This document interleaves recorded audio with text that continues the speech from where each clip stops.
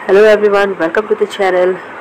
आज के इस वीडियो में मैं बताने वाली हूँ कि आज IBPS PO प्रीलिम्स का एग्ज़ाम था। थर्ड शिफ्ट में मेरा एग्जामिनेशन जो था वो थर्ड शिफ्ट में था, तो मैं अपना एनालिसिस बताने वाली हूँ। मेरा क्या एक्सपीरियंस रहा एग्ज़ाम के बाद वो आप सभी से मैं शेयर करना चाहती हूँ, ताकि जिनका भी एग्ज़ाम कल होने वाला है वो समझ सके कि क्वेश्चंस किस ढंग के आ रहे हैं और क्या अटेम्प्ट होना चाहिए। तो सबसे पहले बात करते हैं हम इंग्लिश सेक्शन की। इंग्लिश सेक्शन का अगर लेवल की बात की जाए तो वो इजी टू मॉडरेट था, आप मॉडरेट की तरफ ज़्यादा कह सकते हैं। आरसी से 9 क्वेश्चंस देखे गए थे। तो आरसी में क्या पूछा गया था, WHO रिलेटेड एक आरसी दिया गया था जिसमें से लगभग 9 से 10 क्वेश्चंस पूछे गए थे। 2-3 वोकैब रिलेटेड क्वेश्चन थे और फॉल्स, कौन से स्टेटमेंट पैसेज के अकॉर्डिंग सही है, कौन से गलत हैं, इस तरह के क्वेश्चंस पूछे गए थे। क्लोज टेस्ट की बात की जाए तो क्लोज टेस्ट से 5 क्वेश्चंस देखने को मिले। वर्ड यूजेस कहने का मतलब आपको एक वर्ड दे दिया गया था, जैसे माउंट वर्ड दिया गया और 6 से फ्रेम करके 3 सेंटेंस नीचे दिए गए थे और आपको बताना था इनमें से किस सेंटेंस में माउंट वर्ड का सही यूज़ किया गया है, और फिर नीचे पेयरिंग करके ऑप्शंस सेट किए गए थे। ऐसे 2 वर्ड्स पूछे गए थे, माउंट एंड इफेक्ट। फिर एरर डिटेक्शन से लगभग 3 क्वेश्चंस आए थे। डबल फिलर्स देखने को मिले। डबल फिलर्स में 2 से 3 क्वेश्चन थे। वर्ड स्वैप इजी थे, 4 से 5 क्वेश्चंस वर्ड स्वैप के थे और सेंटेंस फॉर्मेशन के 2 से 3 क्वेश्चन थे। सेंटेंस फॉर्मेशन जिसमें कि ABCD ही करके आपको एक ही सेंटेंस के को ब्रेक करके डिफरेंट ABCD में आपको सेट किया रहता है और आपको अरेंज करना जिससे कि वो एक परफेक्ट मीनिंगफुल सेंटेंस बन जाए। तो इस तरह से टोटल 30 क्वेश्चंस इंग्लिश के आए थे और लेवल देखा जाए तो मॉडरेट लेवल था, इजी टू मॉडरेट आप कह सकते हैं। अटेम्प्ट की अगर बात की जाए, गुड अटेम्प्ट तो 26-27 अटेम्प्ट किए जा सकते थे आसानी से। नेक्स्ट सेक्शन क्वांटिटी एप्टीट्यूड का था। तो क्वांट के सेक्शन की बात करें तो इसका लेवल मैं मॉडरेट बोलूँगी, इजी नहीं कहा जा सकता, ये मॉडरेट लेवल के क्वेश्चंस थे। और यहाँ पे रॉन्ग नंबर सीरीज से 5 क्वेश्चन देखे गए थे जो कि ठीक ठाक थे, बन सकते थे आसानी से। क्वाड्रेटिक के क्वेश्चन थे, आई थिंक 5 नहीं 6 क्वेश्चन क्वाड्रेटिक के क्वेश्चन के थे। एक बार ग्राफ आई थी और एक पाई चार्ट आई थी। तो बार ग्राफ से 5 से 6 क्वेश्चन शायद बार ग्राफ से थे, जिसमें इनकम और एक्सपेंडिचर यानी कि स्पेंड जो हो रहा है मंथली उस पर आपको बार ग्राफ दिया गया था और फिर उससे फ्रेम करके लेंदी टाइप के क्वेश्चंस फ्रेम किए गए थे। कुछ क्वेश्चंस नॉर्मल भी थे, कुछ क्वेश्चंस लेंदी भी थे, जिसे आपको अपना कंसेप्ट यूज़ करके थोड़ा सा दिमाग लॉजिक लगा करके आपको कैलकुलेट करना था। इस ढंग के क्वेश्चंस थे। दूसरा DI पाई चार्ट था जो कि नॉर्मल DI था, जो जाकर ज़्यादा कैलकुलेटिव नहीं था। हाँ, कुछ क्वेश्चंस उसमें भी कैलकुलेटिव दिए थे, पर उसका लेवल जो था बार से थोड़ा सा नीचे मैं कहूँगी। और अर्थमेटिक के क्वेश्चंस 13 से 14 आपको देखने को मिले। यहाँ पे 13 से 14 क्वेश्चन अर्थमेटिक के आए थे। तो इस तरह से टोटल 35 क्वेश्चंस क्वांट के थे।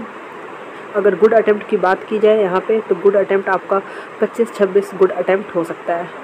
अगर आप में से भी किसी का सिर्फ थर्ड में पेपर था तो आप कंफर्म करें कि आपने कितना अटेम्प्ट किया और क्वेश्चंस क्या इसी तरह आए थे, तो आप इस पे अपना फीडबैक दे सकते हैं comment box. Now moving to last section, that is reasoning section. और रीजनिंग सेक्शन का जो लेवल था वो मॉडरेट टू टफ कहा जा सकता है, वो इजी टू मॉडरेट लेवल में नहीं था। इसमें आपको 25 से 26 क्वेश्चंस पजल सही यानी कि पजल सिटिंग अरेंजमेंट मिला के आपको 25 to 26 क्वेश्चंस देखने को मिले, जिसे बनाने में टाइम कंज्यूम हो रहा था। तो इस तरह से लेवल इसका थोड़ा सा हाई था। चाइनीज़ कोडिंग की बात की जाए तो 3 से 4 क्वेश्चंस थे, नॉर्मल चाइनीज़ कोडिंग थी। सिलॉग के क्वेश्चंस 3 थे शायद, और नंबर आपको दिए गए थे जिसमें आपको बताना है कि अल्फ़ाबेट सीरीज़ में फॉरवर्ड बैकवर्ड डायरेक्शन में कितने वर्ड आपके सेट हो रहे हैं। एक क्वेश्चन ऐसा था। अल्फ़ाबेट का एक क्वेश्चन था जिसमें वॉवल के पीछे के लेटर्स को आपको लिखना था, फिर कॉन्सोनेंट के आगे वाले को लिखना था, फिर उसको अरेंज करना था अल्फ़ाबेटिकल ऑर्डर में। तब आपको बताना था कि हाँ लेफ़्ट या राइट से 5th या 6th पोजीशन पे कौन से डिजिट आ रही है, कौन से अल्फ़ाबेट आ रहे हैं। एक था वर्ड मीनिंगफुल वर्ड फॉर्मेशन पे। तो इस तरह से 3 क्वेश्चंस वर्ड और लेटर को लेकर के क्वेश्चंस थे। फिर अनसर्टेन सेटिंग अरेंजमेंट की 2 पजल्स थी, दोनों से मिला के लगभग 6 या 7 क्वेश्चंस आए थे। 5-5 क्वेश्चंस के सेट नहीं थे। फिर डिजिग्नेशन बेस्ड एक पजल थी जिसमें क्लर्क, PO, असिस्टेंट मैनेजर और DGM इस तरह दिए गए थे, लेकिन उन सब वॉच की कैटेगरी थी दी हुई, उसके अकॉर्डिंग वेरिएशन था, वेरिएबल था और उसमें अरेंज आपको करना था। थोड़ी सी अलग टाइप की पजल थी लेकिन ज़्यादा डिफ़िकल्ट नहीं थी। और फिर एक ईयर बेस्ड पजल थी, जैसे कि हमेशा आती है, हम लोग देखे हैं कई बार सॉल्व किए, वैसी क्वेश्चंस थी, वैसी पजल थी एक जिसमें कि 5 क्वेश्चंस पूरे के पूरे थे। एक पजल आई थी जिसमें कि 9 लोग थे, लेकिन वो 9 लोग 3 डिफरेंट कैटेगरी से बिलोंग करते थे, बोस्टन, टोरंटो और एक और इस तरह से दी गई थी। उसमें सिटिंग करना था, जिसमें से एक में 4, एक में 3 और एक में 2 इस तरह से लोग बैठ रहे थे। टोटल आपके 9 लोग थे यहाँ पे। एक और पज़ल थी जो कि मंथ डेट बेस्ड पज़ल थी, जिससे 3 से 4 क्वेश्चंस देखे गए। तो इस तरह से टोटल यहाँ पे आपके 35 क्वेश्चंस कंप्लीट हुए और लेवल सबका अच्छा था क्वेश्चंस का। अगर यहाँ पे गुड अटेम्प्ट की बात की जाए तो यहाँ पे गुड अटेम्प्ट आपका 24 to 25 गुड अटेम्प्ट हो सकता है। इससे ज़्यादा करना, हाँ, जिनकी बहुत अच्छी प्रैक्टिस है वो कर सकते हैं, और अगर वो स्टक नहीं की किसी पज़ल में तो कर जाएंगे। अदरवाइज़ अगर नॉर्मल एवरेज गुड अटेम्प्ट की बात की जाए तो वो 24 to 25 थी। तो इस तरह से आज के थर्ड शिफ्ट का पेपर कुछ ऐसा था, और आपको कल भी इसी ढंग के पेपर देखने को मिलेंगे। तो आई होप यहाँ से आपको हेल्प होगी कि आप कैसे कल जाकर के पेपर को अटैम्प्ट आपको करना है। आप पहले से आपका माइंड सेट रहेगा तो आप अच्छे से अटैम्प्ट कर पाएंगे।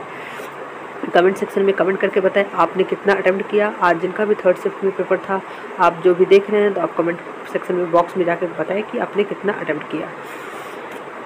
Thank you so much for watching this video and share this to all, जिन सभी का एग्ज़ाम कल होने वाला है। So all the best.